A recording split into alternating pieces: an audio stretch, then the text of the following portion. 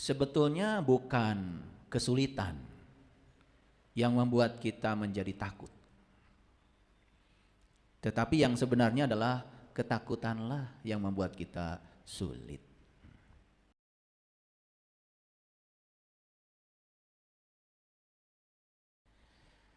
Bismillahirrahmanirrahim. Assalamualaikum warahmatullahi wabarakatuh. Salam sejahtera untuk kita semua. Om Swastiastu, Namo Buddhaya, salam kebajikan, Sampurasun. Rahayu Sagung Dumadi, semoga seluruh makhluk hidup di semesta ini, baik yang kelihatan maupun yang tidak kelihatan, baik yang berwujud maupun yang tidak berwujud, semuanya senantiasa hidup berbahagia, bebas dari segala penderitaan. Dan semoga kehadiran kita di ruang kehidupan ini menjadi berkah buat semua makhluk hidup. Kita menjadi sumber cinta, sumber sukacita, sumber kebahagiaan. Jangan izinkan diri kita ini menjadi sumber kesakitan, sumber penderitaan bagi siapapun. Segala puji hanya milik Allah, Sang Kehadiran, Sang Keberadaan, yang senantiasa mengurus, mengatur seluruh kebutuhan makhluknya. Dia tidak pernah meninggalkan kita sedetik pun. Dia sangat mengerti segala kebutuhan kita. Kebutuhan itu bukan berarti apa yang kita ingin. Kebutuhan itu wujudnya dua, diinginkan, tidak diinginkan. Kalau itu kebutuhan kita, pasti akan diberikan. Selama ini kita mengerti yang namanya kebutuhan itu selalu yang kita ingin. Padahal yang kita ingin belum tentu baik. Yang tidak kita ingin juga belum tentu buruk. Kadang kita baru sadar kalau dihadapkan pada situasi yang kontradiktif. Justru ketika kita terus-menerus diberikan situasi yang kita inginkan, kadang kita nggak sadar-sadar. Jadi cara Allah memberikan kebutuhan itu bukan berarti Allah selalu mengikuti apa yang kita ingin. Coba sadar. Kan Allah tuh Maha tahu. Kita ini tidak tahu apa-apa. Tapi kita ini kadang-kadang ngomongnya Allah Maha tahu, kita nggak tahu apa-apa, malah justru kita yang sering sok tahu. Bahkan Allah pun diatur terus oleh doa-doa kita. Diatur supaya nurut sama keinginan kita. Sudahlah, tinggalkan cara hidup yang semacam itu. Tidak akan mengalami keberlimpahan lahir batin kalau hidup kita masih seperti itu. Selagi kita masih bernafas, berarti Allah masih memberi kesempatan kepada kita untuk terus belajar supaya kita menjadi orang-orang yang sadar. Nafas itu sangat mahal, tidak ada jualannya. Nafas itu gratis. Gratis. Dan tidak ada orang yang bisa membeli nafas, saking gratisnya. Orang bisa beli rumah sakit, tetapi membeli nafas tidak bisa. Mari kita sadari kehadiran Dia lewat nafas kita, bahwa Dia masih menggunakan kita untuk menjadi tangannya. Oleh karena itu, mari kita bersyukur atas hadiah kehidupan yang masih dititipkan kepada kita hari ini. Hadirlah di sini saat ini sekarang. Semoga kita semua bisa menjadi orang-orang yang amanah dengan titipan kehidupan ini. Oleh karena itu, mari kita puji Dia bersama-sama membaca hamdalah. Alhamdulillahi rabbil alamin. Mari kita awali kajian kita hari ini. Semoga ilmu yang dialirkan semesta lewat saya menjadi ilmu yang bermanfaat, membawa berkah untuk kehidupan kita, terutama menyelamatkan kehidupan kita. Kita sapa asma Allah dengan kelembutan dan cinta seraya membaca basmalah. Bismillahirrahmanirrahim. Sebetulnya bukan kesulitan yang membuat kita menjadi takut, tetapi yang sebenarnya adalah ketakutanlah yang membuat kita sulit. Orang yang dalam hidupnya selalu takut, Mau bisnis takut gagal. Mau belajar takut salah. Mau mencari takut tersesat. Orang yang takut tersesat selamanya akan tersesat. Hanya orang yang berani tersesat yang tidak akan tersesat.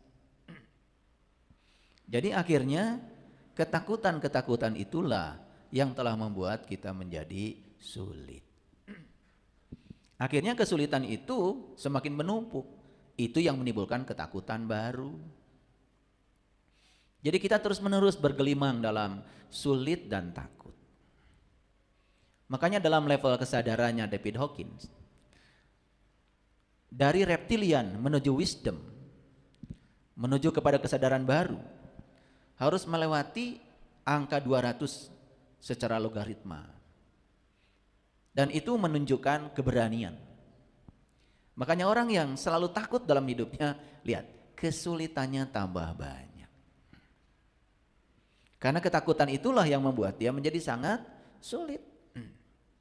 Mau berbisnis, ya, sudah ada modalnya, sudah punya ilmunya. Karena takut, gak jadi-jadi. Akhirnya orang yang takut, maka hidupnya menjadi sulit. Lalu menganggap dalam hidupnya banyak masalah. Lalu berteriak kepada Allah, ya Allah, saya punya masalah besar ya Allah. Itu teriakan yang keliru. Harusnya kalau mau berteriak, jangan sama Allah. Berteriaklah pada masalah. Wahai masalah, aku punya Allah yang maha besar, gitu. Bukan ya Allah yang maha besar, aku punya masalah besar. Jadi cara kita berteriak aja dari dulu sampai sekarang gak rubah-rubah. Ilmu gak bertambah, kesadaran tidak bertambah, umur bertambah, ukuran tubuh bertambah, tapi kebijaksanaan tidak berubah. Apa sih kebijaksanaan itu? Ketika kita mampu memahami orang lain, itulah kebijaksanaan. Orang yang mampu memahami dirinya sendiri, itu namanya pencerahan. Mau kebijaksanaan atau pencerahan? Atau kebijaksanaan dulu, pencerahan dulu? Mampu memahami orang lain disebut kebijaksanaan. Makanya orang bijaksana itu, ya, ketika dia berpikir, pikirannya ramah. Ketika dia berkata, perkataannya ramah. Kalau dia menatap orang, menatap dengan keramahan. Kalau dia memberi pada orang, memberi dengan ramah. Dan orang yang diberi bersuka cita, senang. Ada kan orang memberi, tapi di balik pemberiannya diikuti dengan kata-kata yang tidak senonoh, merendahkan. Ya, yang namanya orang yang mau diberi karena butuh, walaupun disakiti, ya diterima saja. Coba belajar supaya pikiran kita, kata-kata kita, tindakan kita itu ramah. Dan keramahan itu hanya bisa dilahirkan dari kebijaksanaan saat dimana kita mampu memahami orang lain. Tetapi kita tidak akan bisa memahami orang lain kalau kita belum bisa memahami diri sendiri. Nah, memahami diri sendiri itu namanya pencerahan. Kan kita suka bingung ya, banyak orang mau kemana? Wah, saya mau ikut pencerahan. Padahal pencerahan itu sederhana, pahami dirimu. Terima dirimu apa adanya. Terima semua masalah yang terjadi padamu apa adanya. Tangkap pesan-pesan di balik semua itu. Jangan terjebak benar salah. Karena semua yang terjadi, terjadilah. Biarkan kenyataan menjadi kenyataan. Jangan ditolak. Karena semua penolakan itu menjadi sumber masalah kita. Masalah itu bukan pada peristiwanya. Masalah itu adalah cara kita menanggapi peristiwa. Itu yang kerap bermasalah. Jadi hidup itu adalah serangkaian perubahan. Perubahan yang alami dan spontan. Karena semua perubahan yang terjadi dalam hidup alami dan spontan. Dan tugas kita itu adalah menerima semua perubahan itu juga secara alami dan spontan. Kita sudah selayaknya menggeser definisi kesalehan.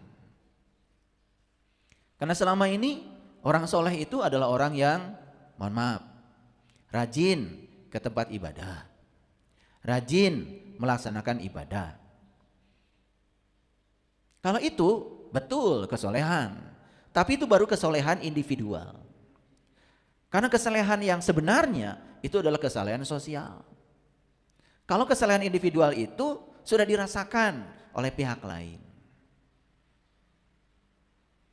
Jadi jangan buru-buru bangga kalau kita sudah rajin melaksanakan kesalehan individual. Kalau itu tidak berdampak menjadi kenyamanan, ketentraman bagi pihak lain, masih ada tugas pada diri kita untuk membangun kesalehan sosial. Kalau kita mau jujur meneliti hadis-hadis tentang ciri orang yang beriman, sampai hari ini saya tidak menemukan ciri orang yang beriman itu rajin ibadahnya. Ciri orang yang beriman itu rajin ke masjidnya. Saya tidak menemukan itu. Nabi Muhammad mengatakan tidak disebut orang yang beriman kalau kamu bisa tidur nyenyak sementara tetanggamu gak bisa tidur karena kelaparan. Itu ciri iman itu Nabi Muhammad sendiri sudah membuat ya indikator yang nyata.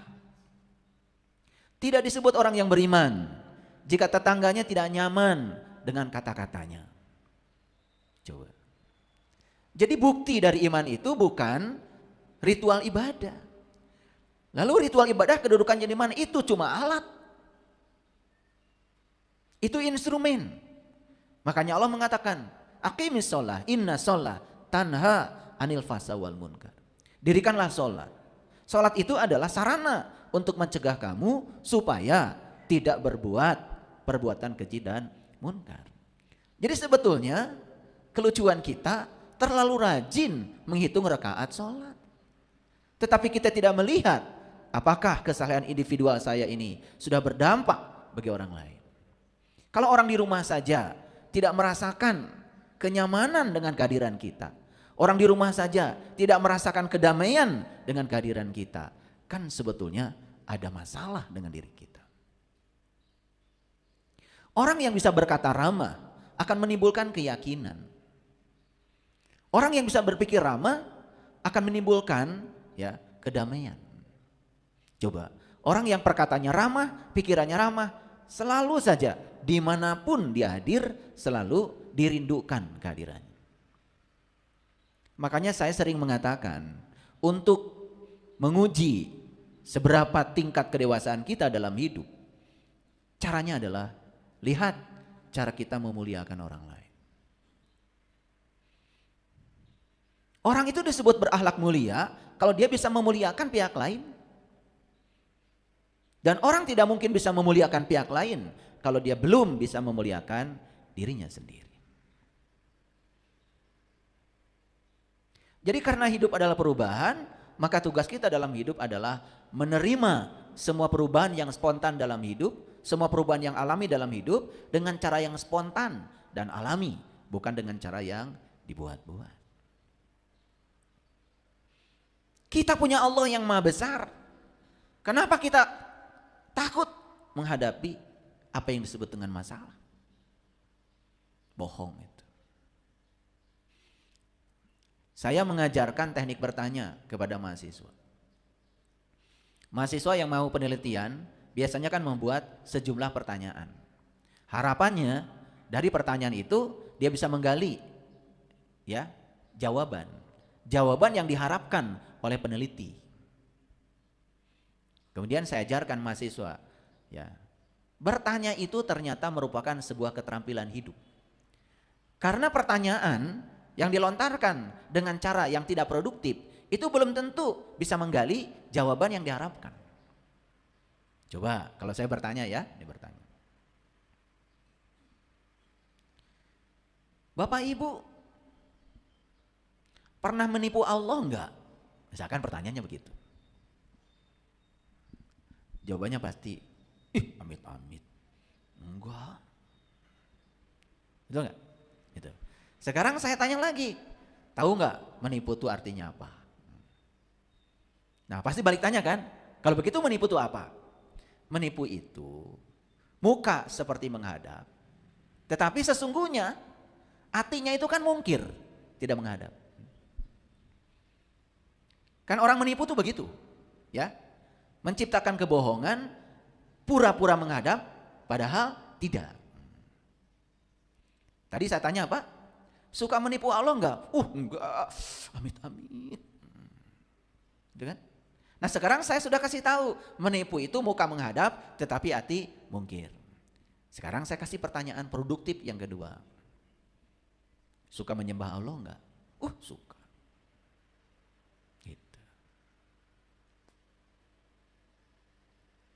Gimana caranya menyembah Allah? Saya kan sholat.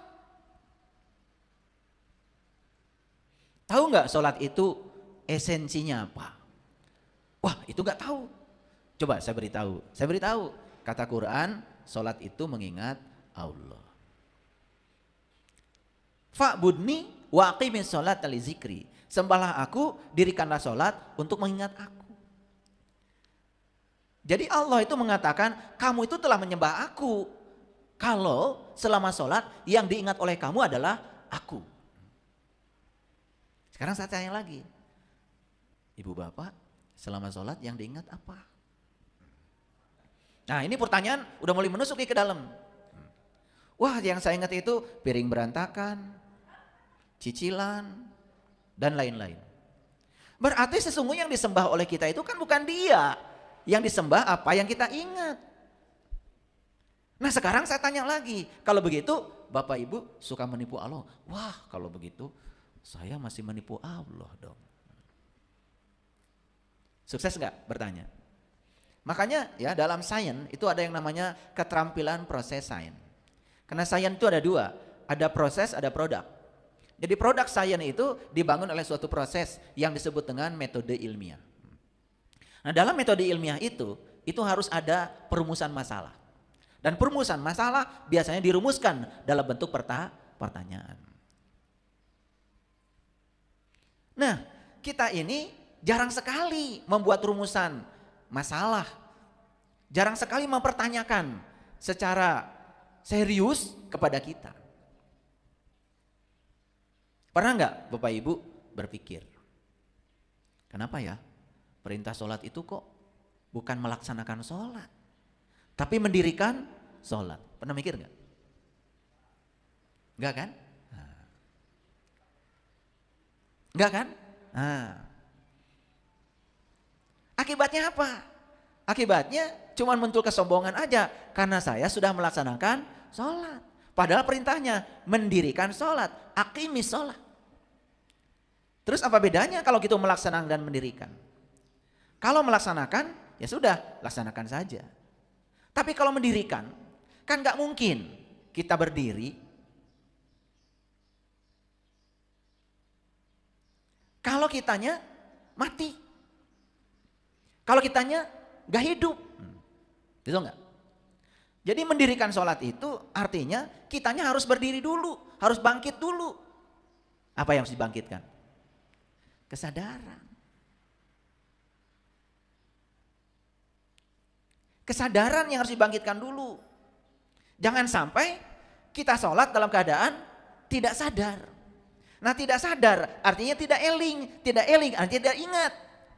Sepanjang sholat yang diingat yang lain-lain. Itu yang disebut dengan mabuk ketika sholat. Sekarang saya kasih pertanyaan produktif lagi. Ibu-ibu, bapak-bapak, kalau lagi mabuk, bapak ibu sholat enggak? Amit-amit, saya nggak pernah mabuk. Karena otak kita merekam yang namanya mabuk itu minum khamar, minum minuman keras, betul nggak? Lah yang kayak gitu nggak usah dimasalahkan. Karena orang lagi minum khamar, minum minuman keras, boro-boro ingat sholat. Kedangkalan pikiran kita itu yang menyebabkan kita jadi salah persepsi, menyangka diri tidak mabuk. Padahal ketika kita tidak eling, tidak sadar, tidak tahu yang kita sembah, kan sebetulnya kita sedang mabuk. Makanya pantas kalau di Quran ada kata-kata ya orang yang mabuk tidak boleh mendekati tempat sholat. Makanya Nabi Muhammad mengatakan awal agama adalah mengenal Allah. Supaya ketika menjalankan agama tidak mabuk. Sehingga selalu eling waspada. Kadang-kadang saya juga suka mikir ya. Orang-orang itu disuruhnya begini, yang dilakukan begitu. Di Quran itu tidak ada perintah menyebut-nyebut Allah. Yang ada itu adalah perintah mengingat Allah. Tapi yang terjadi ketika dia menyebut merasa sudah mengingat. Padahal menyebut dan mengingat alatnya aja berbeda. Kan menyebut itu di sini. Kalau mengingat nggak tahu di mana. Saya juga kalau ditunjuk di mana nggak tahu. Tapi yang jelas saya cuma bisa mengingat sesuatu yang pernah saya saksikan. Betul. Saya hanya bisa mengingat sesuatu yang saya tahu. Saya bisa ingat nih sama orang tua saya walaupun sudah meninggal. Sekarang saya bisa ingat. Tapi Bapak Ibu walaupun saya sebut nama orang tua saya dan disebut-sebut berkali-kali, dan gak akan bisa ingat. Betul gak? Gak akan bisa. Walaupun disebut 1000 kali ya pakai tasbih nama bapak saya, gak akan bisa ingat. Karena kamu bukan mengingat, kamu itu sedang menyebut-nyebut nama bapak saya. Dan nama bapak saya bukan bapak saya. Betul nggak? Nah inilah ya yang disebut dengan kesadaran. Makanya puncaknya kebijaksanaan adalah tahu kalau kita belum tahu. Makanya beruntung kalau jadi orang yang tidak tahu, tapi tahu kalau kita tidak tahu. Sangat berbahaya ketika orang yang tidak tahu, padahal dia itu tidak tahu, cuma dia tidak tahu, tapi menganggap dirinya tahu. Maka dia memposisikan sebagai orang yang tahu. Lalu kerjanya setiap hari memberitahu sesuatu yang dia sendiri sebetulnya tidak tahu. Banyak yang kayak gitu. Baru saja membaca buku tentang Amerika, belum pernah ke sana. Sudah bikin seminar tentang Amerika. Padahal baru baca buku tentang Amerika. Nah orang yang pernah pergi ke Amerika tentu saja merasa geli. Ini kayaknya orang belum pernah ke sana. Betul nggak? Rupanya baru baca buku tentang Amerika. Belum pernah ke sana. Sama seperti orang bikin seminar tentang rasa garam. Dia itu belum pernah mencicipi garam. Cuman tahu tentang garam dari buku tentang garam. Dia hafal semuanya. Hafal cangkem bahasa Inggrisnya. Lalu bikin seminar tentang rasa garam. Yang dia ceritakan tentang rasa garam. Kemana-mana. Ribuan kata yang dia gunakan untuk mendeskripsikan rasa garam. Tapi orang yang pernah makan garam, yang merasakan rasa garam, pasti merasa geli. Ini orang kayaknya belum pernah makan garam. Masa garam rasanya geli? Karena kesimpulan dari ceramahnya itu, garam ternyata rasanya geli. Bukan asin. Rupanya karena dia belum pernah mencicipi itu. Makanya orang-orang bijak sepakat mengatakan, malam yazuk lam yarib. Yang tidak mengalami selamanya tidak akan paham.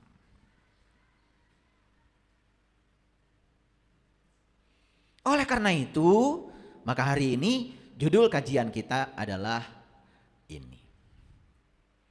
Menipu diri sendiri itulah penipuan yang terburuk dalam kehidupan. Nah timbul lagi pertanyaan dari saya. Jadi kalau saya tanya semua yang hadir, apakah Bapak Ibu pernah menipu diri sendiri?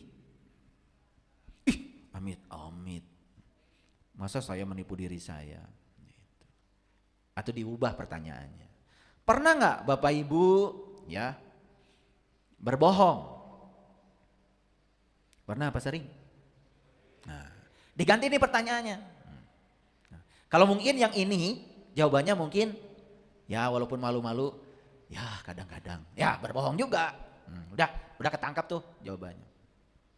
Itu berbohong itu siapa yang dibohongi? Orang lain? Kita bisa sukses membohongi orang lain. Tetapi kita tidak akan pernah sukses membohongi diri sendiri. Jadi sebetulnya berbohong itu kita sedang menipu diri sendiri. Dan kalau kita masih menipu diri sendiri, itulah penipuan yang terburuk dalam kehidupan ini. Nah, kembali lagi, kok judul ini pas saya datang di kajian hari ini. Nah, ada apa ini? Paham ya? Ya, saya selalu percaya di semesta ini tidak ada potongan peristiwa. Karena semua itu selalu matching. Selalu pas. Pas datang, pas judulnya ini. Ini kayaknya. Kayaknya nih kita masih suka tipu-tipu. Ya, terutama yang ditipu adalah diri sendiri. Saya percaya sekali, orang yang masih berbohong, sekecil apapun bohong itu, sebetulnya dia masih menipu dirinya sendiri. Oke, itu ya judulnya. Paham ya? Jadi penipuan terburuk adalah menipu diri sendiri. Jangan tanya saya. Ya, saya juga nggak tahu, pokoknya tangan saya ngetiknya begitu. Ya. Nah, semoga setelah ini kita lalui, kita tidak lagi melakukan tindakan menipu diri sendiri. Oke, sudah siap? Baik, saya buka dulu ayatnya.